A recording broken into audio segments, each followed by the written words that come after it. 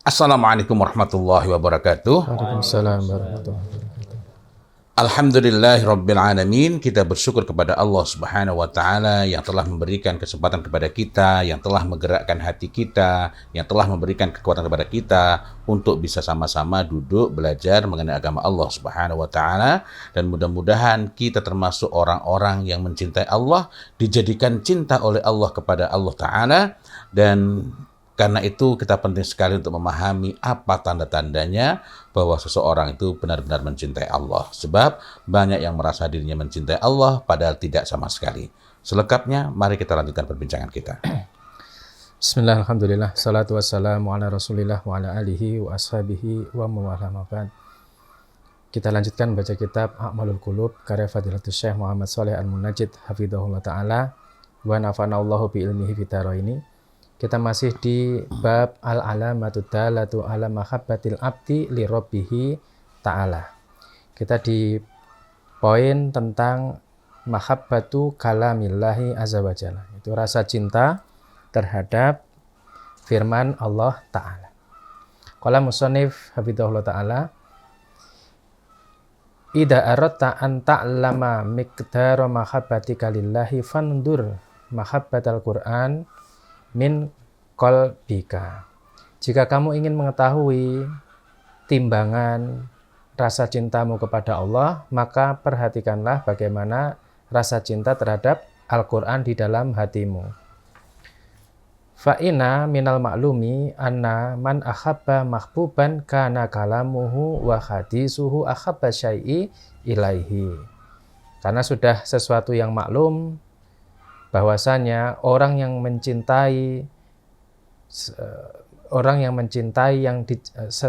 yang dicintainya, maka ucapannya, pembicaraannya itu adalah sesuatu yang dia cintai juga. Fala syai'a indal muhibbina ahla min kalami mahbubihim. Tidak ada yang lebih manis bagi seorang pecinta dibandingkan dengan ucapan, pembicaraan orang yang dicintainya. Fahuwa ladatu qulubihim. Jadi ucapan, perkataan orang yang dicintainya itu menjadi kelezatan bagi hati mereka. Jadi bagi hati muhibbin, para muhibbin.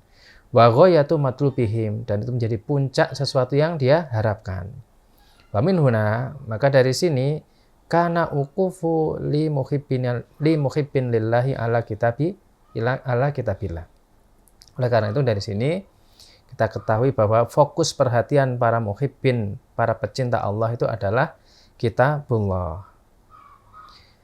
Tilawatan, yaitu baik ketika membaca, wa tafsiran, ketika mengartikan, memahaminya, wa tadabburan, mentadaburinya, wa istishhadan bihi fi kulli mauqifin, dan menjadikannya sebagai landasan pada setiap keadaan. Fayuksiruna minal qiraati nadharan wa khifdon, dan dia itu akan memperbanyak membaca, baik membaca dengan melihat maupun dengan hafalan. Jadi beliau membuat analogi ketika seseorang itu mencintai, misalnya seorang suami mencintai istrinya, maka tidak ada yang lebih dicintai ketika selain mendengar suara istrinya. Maka begitu pula ketika seorang hamba mencintai Allah Subhanahu wa taala, maka tidak ada yang ditunggu-tunggu selain mendengarkan kalam Allah Subhanahu wa taala, menjadikan kalam Allah itu sebagai landasan dalam setiap keadaan dia, dan memperbanyak untuk membaca baik dengan melihat maupun menghafal. Ala taro, tidakkah kau perhatikan, tidakkah kau lihat, anna ba'dhan nasi idza ahabba syakhsan fakasiran ma yaqtatifu min kalamihi. Kalau seorang itu dia mencintai seseorang, mencintai orang lain, maka dia akan banyak mengutip perkataan atau ucapan orang yang dicintainya. Wa yastashhidu bihi, menjadikan perkataan itu sebagai rujukan yang dia kutip. Kemudian wa yatamasilihu, kemudian dia menirunya. Fa kaifa bi halil muhibbina lillahi ta'ala. Maka bagaimana pula dengan para pencinta Allah Ta'ala. Wal muhibbin li kitabihi, dan orang-orang yang mencintai kitab Allah Subhanahu wa taala. Mestinya itu yang sering mereka kutip, itu yang menjadi landasan dalam kehidupan mereka sehari-hari. Dan beliau bawakan asar dari Abdullah bin Mas'ud radhiyallahu anhu, beliau berkata, "Man kana yuhibbu an ya'lama annahu yuhibbullah azza wajal fal ya'rid nafsahu 'alal Qur'an." Siapa yang dia itu ingin mengetahui bagaimana kadar cintanya kepada Allah Ta'ala, maka hendaknya dia perlihatkan pada dirinya bagaimana kedudukan Al-Quran itu. Fa in ahabbal Qur'ana fahuwa yuhibbullah azza wa jalla. Jika dia mencintai Al-Quran, maka dia mencintai Allah azza wa jalla. Fa innamal Qur'anu kalamullah azza wa jalla. Karena Al-Quran itu semata-mata adalah kalam Allah subhanahu wa ta'ala. Jadi mencintai Allah, mencintai Al-Quran, maka itu wujud dari mencintai Allah. Karena Al-Quran adalah firman Allah subhanahu wa ta'ala. Wa qala Sufyan bin Uyainah rahimahullah. Sufyan bin Uyainah beliau berkata, "Wallahi la tablughu dirwata hadzal amri hatta la yakuna syai'an ahabba ilaikum minallahi azza wa jalla. Wa man ahabbal Qur'ana faqad ahabballah azza wa jalla." Kata Sufyan bin Uyainah, demi Allah, tidaklah rasa cinta itu sampai pada puncaknya, sampai menjadikan sesuatu itu, sampai dia tidak menjadikan sesuatu lebih dicintai daripada firman Allah Ta'ala. Artinya sampai dia tidak menjadikan sesuatu lebih dicintai daripada Allah. Dan orang yang mencintai Al-Quran, maka sungguh dia telah mencintai Allah Subhanahu wa Ta'ala. Jadi beliau menyatakan bahwa puncak dari mahabbah itu adalah cinta kepada Allah Subhanahu wa Ta'ala. Seseorang ketika dia bisa mencintai Allah, maka itu adalah puncak mahabbahnya. Dan siapa yang mencintai Al-Quran, maka dia sudah mencintai Allah. Itu alamat mencintai Allah Subhanahu wa Ta'ala. Kemudian poin berikutnya, di antara alamat cinta hamba kepada Allah adalah an yata'assafa ala ma yafutuhu min ta'atillahi wa dzikrihi. Seseorang itu dia merasa menyesal, merasa sayang ketika terlewatkan ketaatan kepada Allah Ta'ala dan zikir kepada Allah Subhanahu wa Ta'ala. Fatara asyadda al-asya'i alaihi, maka engkau akan melihat sesuatu yang sangat berat bagi seorang yang mencintai adalah doya'u syai'in min waqtihi, yaitu menyia-nyiakan waktunya, biduni amali ta'atin, tanpa amal ketaatan. Wa idza fatahu wirduhu wajada li fawatihi alaman. Ketika dia terluput dari wirid, maka dia dapati dirinya itu merasakan rasa sedih, rasa sakit. Dan rasa sakit itu a'dhamu min ta'allamil kharisi ala malihi min fawati malihi wa sariqatihi wa doya'ihi. Dan itu lebih sakit daripada dia menyia-nyiakan hartanya atau hartanya itu dicuri. Wa badara ila qada'ihi fi aqrabi fursatan. Maka dia akan bersegera untuk kemudian mengganti waktu yang terlewatkan itu dengan segera. Kama kana yaf'alu as-shadiqu al-masduq sallallahu alaihi wasallam, sebagaimana yang dilakukan oleh Nabi sallallahu alaihi wasallam. Fa an Aisyah radhiyallahu anha, dari Bunda Aisyah, beliau berkata, kana Rasulullah sallallahu alaihi wasallam idza amila amalan asbatahu. Rasul sallallahu alaihi wasallam ketika beliau melakukan suatu amal, maka beliau mendawamkannya. Wa kana idza nama minal laili au maridin shalla minan nahari sintai asyrata rakaatin. Ketika beliau misalnya tertidur di malam hari atau sedang sakit, maka beliau sholat sunnah di siang hari sebanyak 12 rakaat. Jadi ini di waktu duha ya. Nantinya itu dalam riwayat yang lain 12 rakaat di waktu duha. Jadi intinya di sini kata beliau bahwa ketika seorang itu dia terlewat ya, melakukan sesuatu yang dicintai oleh al-mahbub, maka dia akan buru-buru menggantinya. Mengganti agar ada yang terpenuhi dari yang dia lewatkan itu. Ya sebagaimana contoh Nabi Rasul ketika biasa salat malam kemudian terlewat, maka beliau menggantinya di waktu siang. Kemudian di antara tanda mahabbah yang lainnya adalah an yastakila fi haqqi mahbubihi jami'a a'malihi wa la yaraha syai'an. Seseorang itu dia merasa sedikit dalam memenuhi hak yang dia cintai. Jadi seluruh amal yang dilakukan itu rasanya masih sedikit untuk memenuhi hak yang dia cintai. Dan dia tidak menganggap amalnya itu sesuatu yang berarti. Dan kata beliau, fala yara anal ibadatahu was-sabru 'alaiha bisyai'in. Dia tidak memandang ibadahnya, dia tidak memandang kesabaran dalam melakukan ibadahnya itu sebagai sesuatu yang berarti. Wala yara af'alahu qad illa bi ainin naqsi wal istira'i. Dia tidak memandang amal perbuatannya itu kecuali dengan pandangan kurang dan tatapan yang rendah. Maksudnya tidak kemudian setelah sholat malam terus misalnya saum terus merasa wis cukup.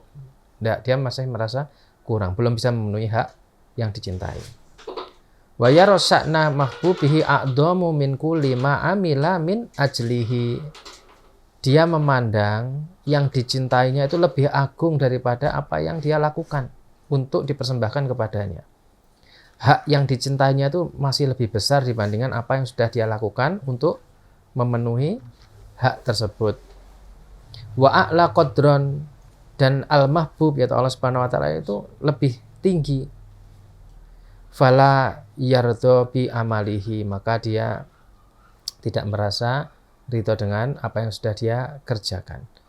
Bal yattahimu amalahu, bahkan dia itu mencurigai amalnya, dia masih merasa kurang, merasa tidak sempurna, selalu merasa ini belum cukup untuk memenuhi hak yang dia cintai. Wa yahtakhiruhu, dia memandang rendah apa yang dia lakukan.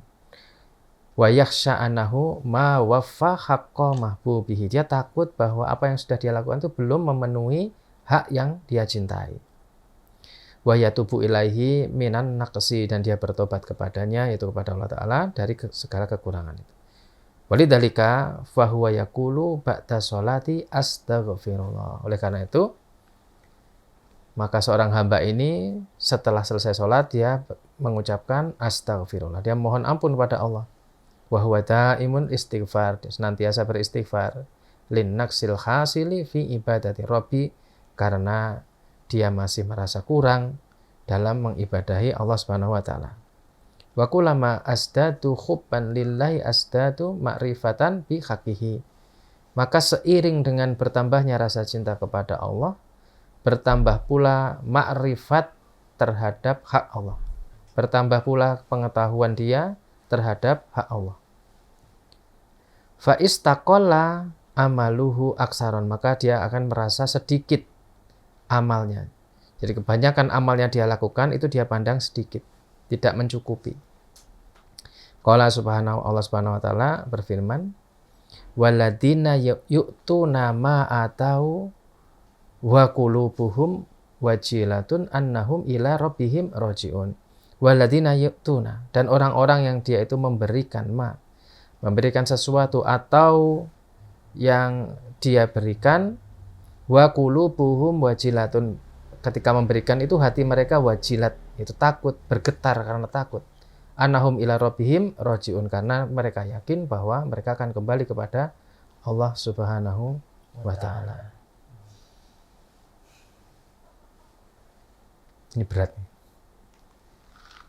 Maksudnya sementara banyak, ini bukan, biar tidak salah paham, bukan untuk membuat kita putus asa bahwa Allah itu asy-syakur, Allah itu maha bersyukur. Maksudnya ketika hamba itu melakukan satu kebaikan, itu Allah akan balas dengan kebaikan yang lebih banyak, dan Allah menghargai kebaikan setiap hambanya. Tetapi ini adalah sikap kita sebagai hamba yang Allah itu sudah memberi kita begitu banyak nikmat, sudah memberi kita begitu banyak nikmat. Kemudian ketika kita persembahkan ibadah yang bagi kita mungkin sudah begitu banyak, tapi kalau kita benar-benar renungkan, sebenarnya kita persembahkan pada Allah dibandingkan dengan nikmat yang Allah karuniakan pada kita, itu mungkin tidak ada apa-apanya. Sehingga dengan seperti itu akhirnya muncul semangat untuk kemudian memberikan sesuatu yang lebih. Sebagaimana kalau ya walillahi masalul a'la ya, bagi Allah itu permisalan yang lebih tinggi. Tapi kalau kita misalnya kita itu sedang gandrung dengan istri gitu, misalnya pengantin baru, kita ini bisa memenuhi keinginan istri untuk malam-malam yang dingin keluar beli es krim misalnya, itu sudah merasa keren itu. Malam-malam Yang dingin ya, beli es krim.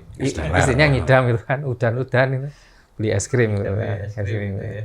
Kalau istri saya nyidamnya es gobet. Apalah tambah susah nyari. Iya, yang ada itu buah-buahnya. Absurd. Nah, gitu. Bisa memberikan itu aja kan anu ya, udah wah gitu ya. Tapi kalau bisa beri lebih itu rasanya ada kebanggaan, ada. Nah, kepada Allah yang sudah demikian luar biasa nikmatnya kepada kita, maka harusnya kan lebih gitu. Sehingga apa yang kita persembahkan itu selalu kurang. Sehingga begitu selesai sholat, seorang hamba itu langsung yang pertama kali dilakukan adalah istighfar. Karena sholatnya itu sesuatu yang bisa jadi banyak kekurangannya, yang kalau kita persembahkan itu masih belum layak gitu, sehingga istighfar. Kita mohon pada Allah ampunan.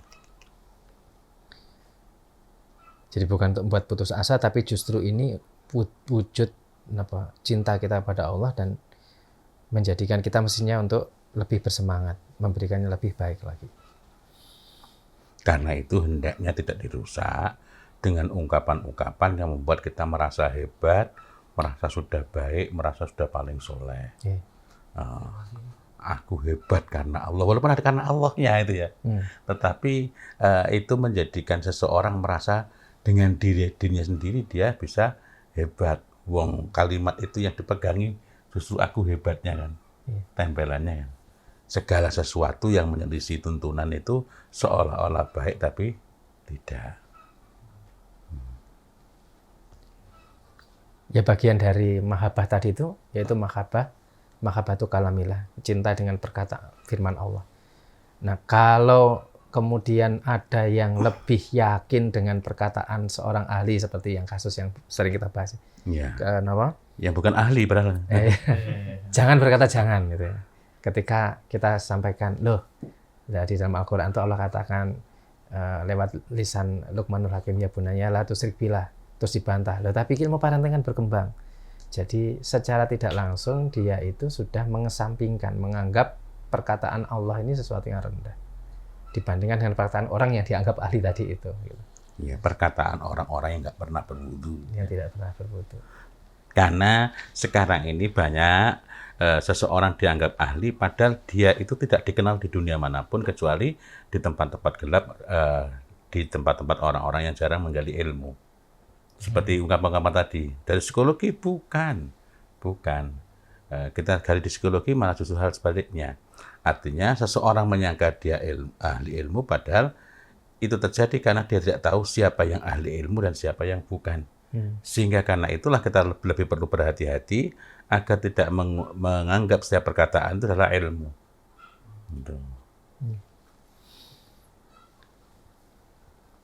Sehingga ketika dia berbicara menjadikan prinsip yang itu bukan kalamullah, lebih mengedepankan perkataan orang lain, terus dia mengklaim bahwa dirinya mencintai Allah, maka itu kan klaim yang kosong. Ini namanya klaim ya, bukan menunjukkan hakikat. Betapa indahnya klaim, betapa suramnya hakikat itu. Cuma bisa menakjubkan memang. Wa minan nasi may yu'jibuka qawluhu fi hayati dunya, gitu ya. Wa yushhidullaha ala ma fi qalbihi wa huwa latul khisam.